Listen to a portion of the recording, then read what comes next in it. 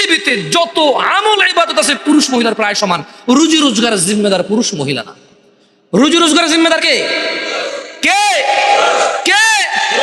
Garments কর্মী আমার ওই বোনরা যারা ঘুম থেকে উঠে সকালবেলা লক্ষ লক্ষ পুরুষের সাথে ধাক্কাধাক্কি করে গার্মেন্টসে কাজ করতে যায়, ওদের কি বাবা নেই? ওদের কি ভাই নেই? কোন পুরুষের সাথে কি ওদের বিয়ে হয়নি? কুলাঙ্গার কি ওই ভাই না? কুলাঙ্গার কি ওই স্বামী না? কুলাঙ্গার কি ওই পুত্র না? যে বেঁচে থাকতে তার বোন, তার মা, তার স্ত্রী কাজ করে তাকে খাওয়াইতে হয়, অথচ তার জিম্মেদারি ছিল না। এটা দোষী কে? এ জায়গায় মেয়ের চাইতে বেশি দোষী এখানে ছেলে। এদেশে মহিলাদের কাছে 10টা টাকা থাকে না ভিক্ষা দেওয়ার জন্য? আপনি দেনই নেই কখনো? আপনি দেনই নেই কখনো? দেশের বহু মহিলার কাছে ভিক্ষা দেওয়ার জন্য 5টা টাকা থাকে না। একটা ফকির আসবে 2 টাকা ভিক্ষা দিব, টাকা নাই তার কাছে, আপনি দেন না তাকে। আর ওর বাপ মরে যাওয়ার আগে ইচ্ছা করে মেয়ে পেয়ে গেলে আরেক বেটার পোলা ভাগ পাবে, মেয়ের জামাই আর নাতিরে তো ভোগ করবে, এই ভয়ে বেঁচে থাকতে ছেলেদের নামে সব জমি লিখে দিয়েছে। জালেম ওই মেয়েটাকে ফকির মিসকিন করে দিল। আর এর ভাই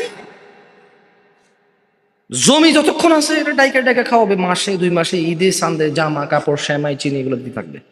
কেন? জমি দিবে জন্য। এখন ওই বোন চিন্তা করে, আরে যদি আমি সম্পদ নিয়ে আসি, যা একে তো সে ডাবল পাইলো, আমি অর্ধেক পেলাম, একটুকু যদি নিয়ে আসি ছেলে মেয়ে স্বামী নিজের দরকারে, বলে যে অংশ আনলে ধ্বংস হয়। তুই অংশ নিয়ে ধ্বংস হস না, ও অংশ নিয়ে ধ্বংস হবে কেন রে? তোর বাপের অংশ তুই খাবি, তুই ধ্বংস হবি না। তোর বাপের অংশ তোর বোনে খাবে, সে তার বাপের অংশ খাবে, সেখানে ধ্বংস হবে।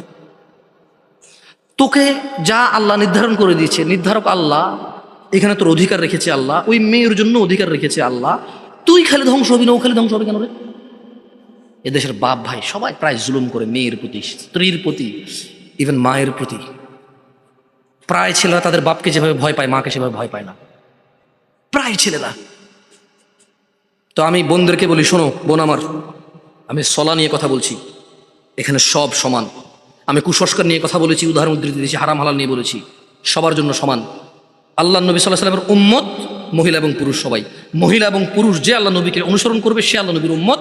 আর আল্লাহ নবী বলেছে, কুল্লু উম্মতি ইয়াদখুলুনাল জান্নাহ, আমার সকল উম্মত জান্নাতে যাবেই যাবে।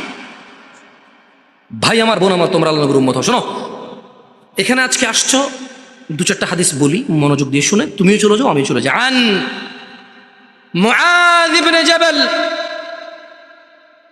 ভাই ও বোন আমার, মুআয ইবনে জাবাল রাদিয়াল্লাহু আনহু থেকে বর্ণিত, তিনি বলেন, ক্বালা রাসূলুল্লাহ সাল্লাল্লাহু আলাইহি ওয়াসাল্লাম,